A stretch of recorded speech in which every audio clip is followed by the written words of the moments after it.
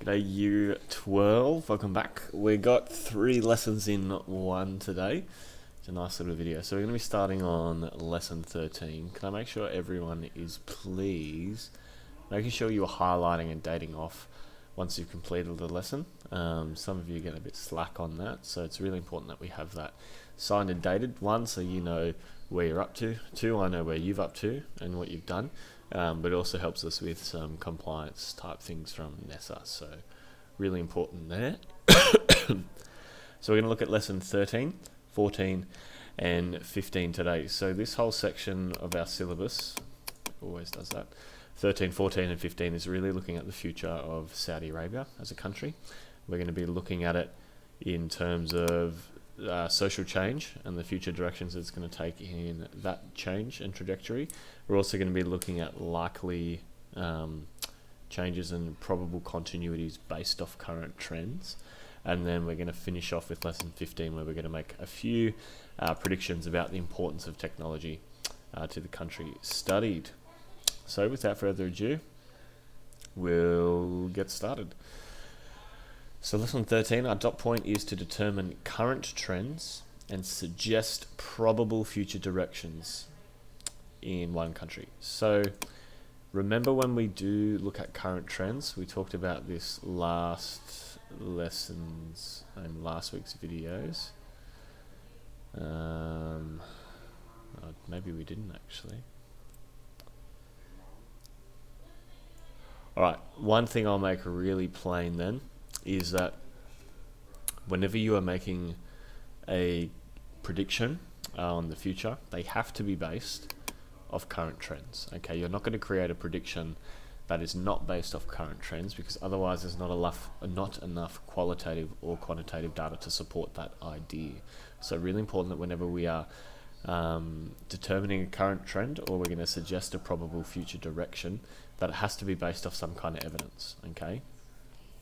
So what I've done in this table below is I've paired those up. So I've written and listed a lot of the current trends I can see in Saudi, and there's space for you to add your own as well, which I'd expect you to do. But they have to be based off current trends, okay, is when you are doing these future directions. So I've done one for you, but the rest I've left blank for you to complete. So idea here that you're writing your own dot points there. So when you are making these, I'm just going to finish quickly smashing this out, just so for next year it's fresh and ready to go. Alright, so as an example, one current trend we see is that there are social reforms regarding gender roles and the status of women in Saudi. Okay, we know it's probably one of the biggest social changes and cultural changes that we're seeing in Saudi Arabia currently. So that's the current trend.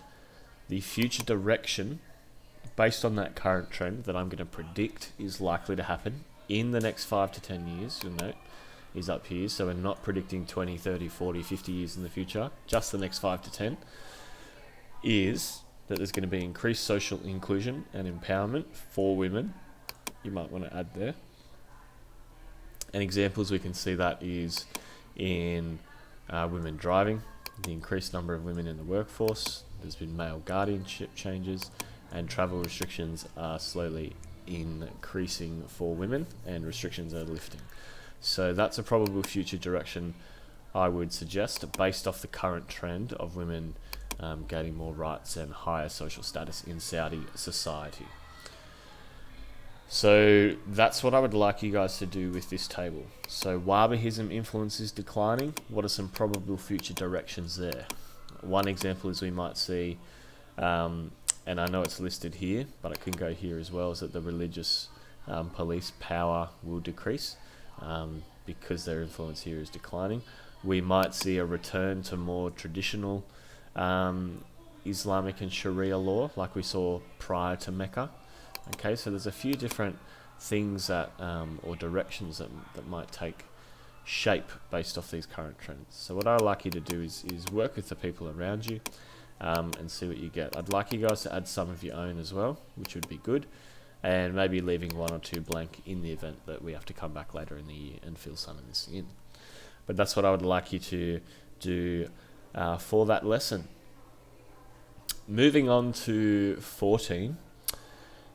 This dot point is looking at what are the likely changes and probable continuities. Now, we looked here at current trends and probable future directions, a little similar.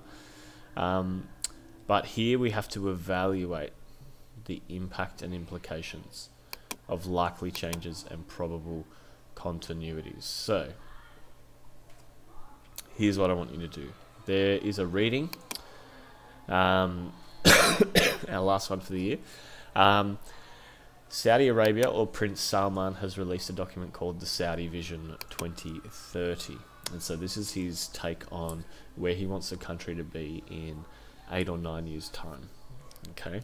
Now, I've uploaded that to the Googs Classroom, and it's an 85-page document, but don't let that deter you, because most of the pages are quite taken up by images and blanks and little things like that. So what I want you guys to do is scan through and read this. There's 3 main parts, or 3 main areas in which he's trying to change the society. He wants us to be a vibrant society, having a thriving economy, and being an ambitious nation. So they're almost changing to a very westernized style of being. And what these 3 points are looking at is predominantly increased urbanism, so more city-like structures, increased tourism, culture, entertainment, higher life expectancy, more sports, and greater UNESCO heritage sites, so more environmentally friendly things. They're looking at having a thriving economy, increasing employment. They want more women in the workforce, international competitiveness, so they want more people and migrants moving in and living in Saudi. And they also want to increase non-oil exports, so the idea that they want to not rely as much on oil, because obviously that's going to run out soon and people are going greener. And that leads into number 3.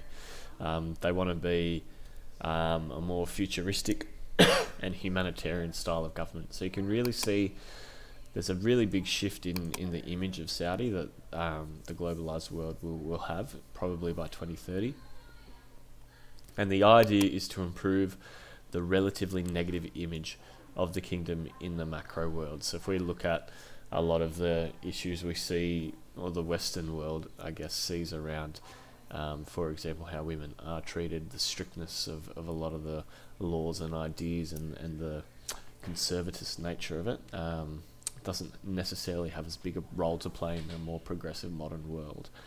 So that's what we're looking at changing. So what I want you to do, as you're reading that, I want you to make probable continuities, or suggest probable continuities, so some things that you think are likely to stay the same. And then I want you to suggest some likely changes and give some examples based off that reading. So you're going to find heaps of info there. So as an example, there's these really good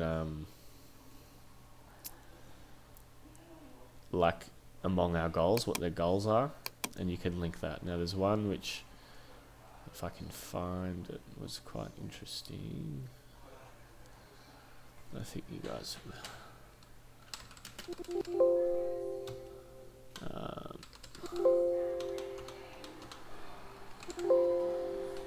hold on, let me find it. They literally had a picture of a woman working. Here it is. So what's that tell you? You can see a woman there is working.